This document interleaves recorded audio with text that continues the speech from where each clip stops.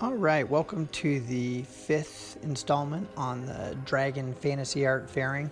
I've got some white in my airbrush here, and I'm working on adding some highlights over the flesh tones that have already been put in with probably 2 or 3 different colors, from kind of peaches and reds and browns. You can see I'll pick up just about anything from a business card that's nearby to some French curves here, kind of putting that nice highlight into her derriere and backside there.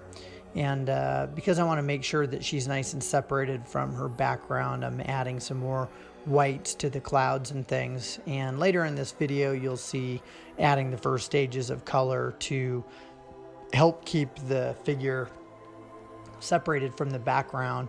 And this is also a good piece to discuss a little bit of kind of unified color theory. There's a lot of discussions you can probably look up online regarding color usage, but one of the things that I was taught by my mentor is a unified color theory. So in this particular project, there is going to be a lot of warm colors, reds, yellows, oranges, and just kind of keeping it warm and earth colors in general. So I'm not bringing in blues. There's not a whole lot of purples unless it's maybe in just shadows and shading and that sort of thing. So with that being said, if you're working on your own projects and things like that, have a plan ahead of time for your color usage. You can use a computer if you have any sort of editing software, or you can even just use colored pencils or crayons or markers if you want to do what's called a color guide or just a color sketch ahead of time. Then before you're getting to these stages of color where you're adding in, in this case, yellows or oranges, you'll know that you're confident in the color you're applying, and that it's going to be a unified color look. And that's why in this piece you're going to see no greens. This is on a red bike.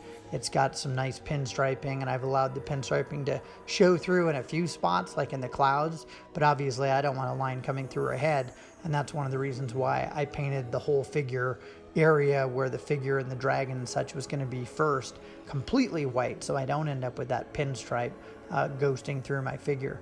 So as I'm coming in with yellows and oranges in these kind of speedy stages, you can see the unified color palette starting to come together with the oranges and yellows and just kind of those warm colors. So hopefully that's helpful. Here I'm just putting a little bit more gold into the art, and you want to make sure that some of those same colors are in the figures and in the whole piece. Don't just put them in just the background. So if your figures are surrounded by a certain color, then our skin, even the dragon, it's going to reflect some of those colors. So make sure you include environmental colors into your figures, and then that way they will look like they're surrounded by their colors. So hopefully that helps, and I hope you have enjoyed this process. Thank you.